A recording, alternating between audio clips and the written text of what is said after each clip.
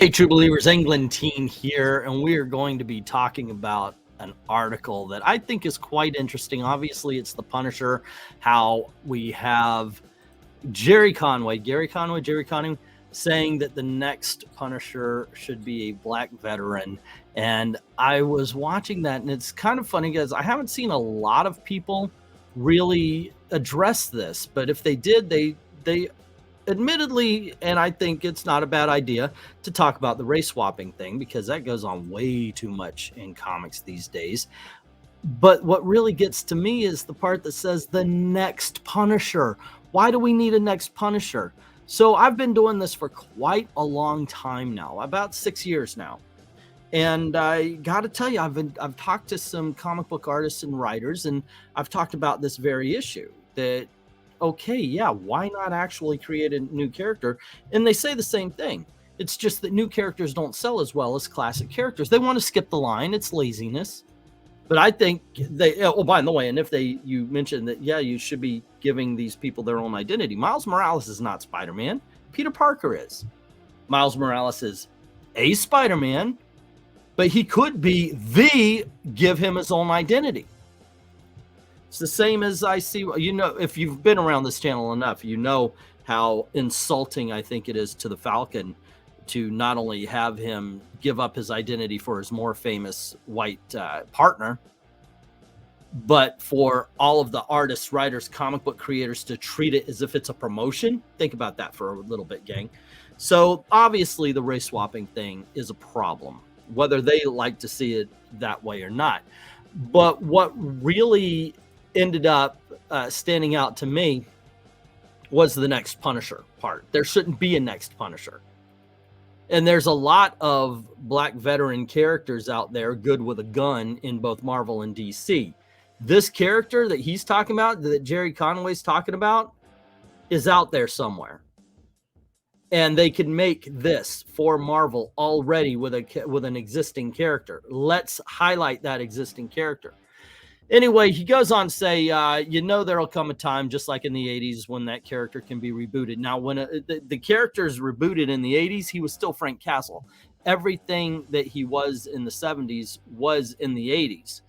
The big difference, of course, is he was supposed to be a Dirty Harry. Well, in the 70s, he was a hired assassin. Now, in the 80s and the Peter Parker Spectacular Spider-Man, they kind of made him go a little nuts, where it would be like, oh, there's a jaywalker, you know, oh, he littered, blam, blam, blam. So they had him go a little crazy with it, and they settled him down, and he became the vigilante that we know now. So anyway, he says, I mean, my personal preference would be that the next iteration of Punisher would be a black vet, you know, who comes back and faces the issues that minorities face in the world today. Which minorities? I mean, I know he's talking about black people, but I've said this again. I've said this before. I'll say it again. A rich black man in Beverly Hills is not having the same lifestyle as a poor black man in Mississippi or in Louisiana, Florida, or poor anywhere. A homeless black man is not having the same lifestyle as Obama. Yet this right here, you're just saying, oh, they're all the same. They're all the same. To me, that's incredibly racist. Conway, who created Frank Castle in the 70s along with John Romita Sr. and Ross Andru, stressed that he always thought of the Punisher as vigilante who felt compelled to take the law into his own. Well, it's the 1970s. Crime was horrible in the 1970s. And that's why you had like Charlie Bronson in the Death Wish movies, or Clint Eastwood as Dirty Harry. And yes, the Punisher fit because we needed somebody who would actually mete out justice, who would actually say, hey, you know what? Crime is bad.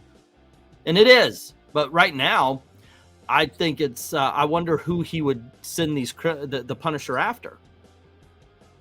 So let's read on a little bit. It says he always thought of the Punisher as a vigilante who felt compelled to take the law into his own hands as a mean of criticizing its failed systems. Back in the day, we weren't, I guess the criminal system was letting people out and wasn't as hard on criminals. After all, he had spun out of frustrations that Conway and his fellow creators felt towards U.S. involvement in the Vietnam War. For many people of my generation, says Conway, that was a fundamental social crime. War is not a social crime, by the way. that we felt that the government was perpetuating, which by itself sort of undermined your sense of the government as a force for good. By the way, if you're an idiot, you think of the government as your daddy or something like that. That's Conway, by the way. If you haven't noticed yet, I don't have a lot of respect for Gerry Conway. I talked to him on Twitter a few times. It wasn't very deep because he's a bigot. He is absolutely a bigot. If you do not believe what he says, he will block. Probably at this point am blocked by him. Okay, let's see. The Punisher represents kind of a Rorschach test for the era that readers discovered him. For me, in the early 70s, he was a response to dysfunctional era in American history. In the 80s, he's a triumphant character representing a black and white view of the world. We didn't have a black and white view of the world in the 80s. We really didn't.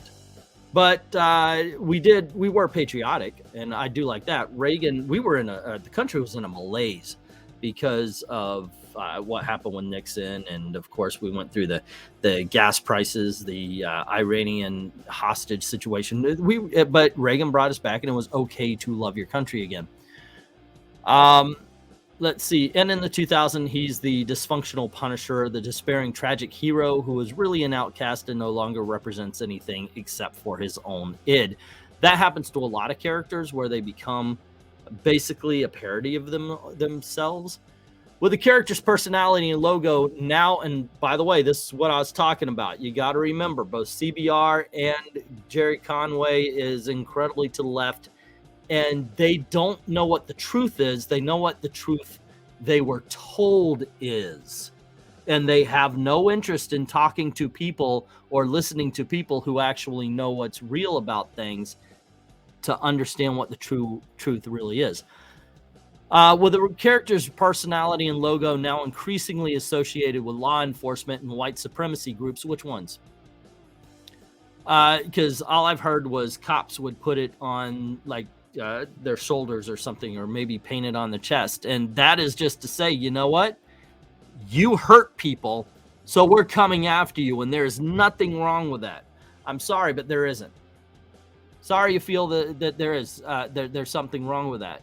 But you know what? If somebody is hurting someone, then I hope we get some cops that want to make sure that these people cannot hurt others anymore. And I'm sorry, if you kill someone, maybe you need to be taken out of the sandbox. You know what I'm saying? So anyway, it says Conway said reinventing the Punisher as a black man would be a stronger reflection of today's cultural zeitgeist. Why? They say these things, but they never actually explain why. What is your narrative reason for saying that this needs to happen? Don't virtue signal. I want to hear a narrative reason. Now, I think he's saying that there is room for a black character like the Punisher, which I think you could find or you could create. Yes. And maybe so. But who is he going to think about what he's saying here? Who is he going to send this version of the Punisher after? Because the Punisher has dealt with corrupt cops before. So who is he planning on having the Punisher attack? Possibly allowing him to feel proud of the character once again. Gerry Conway's an idiot, by the way. He does go, the article then goes on to talk about Punisher 59. This is where basically the Punisher gets hurt and that he ends up being black. It's kind of like Lois Lane, I Am Curious Black, where Punisher turns black and he deals with corrupt cops and all sorts of stuff. You know, goes through what the black man feels, because once again, all white people feel the same. All white people have the same same experiences. Therefore, they're assuming that all black people do too, right? Isn't that the way it works? Anyway, I'm sorry. I don't have any respect for that kind of thought or thinking. And I know some of it's speculation based on what they're saying and not actual what they're saying. So I apologize for that. But to me, once again, my opinion doesn't change from reading the article. If you're going to put out a character like this, don't make Punisher black. Don't change that. That's insulting. Not to the Punisher, which it is, but I'm talking about it's insulting to the new character. It's insulting to Miles Morales that Miles Morales doesn't have his own identity. It's insulting to Riri Williams that it took forever and a day for her to get an Ironheart book. But that's just my opinion. What is yours? Let me know in the comments below. Don't forget to click like, share, subscribe, ring that notification bell, and please help out the channel by going to Ko-Fi. The link is in the description below. Drop $1 in the till there. Like, thank everybody who's already done that, and to everyone, all of the true believers, thank you very, very much for watching. Have a good day.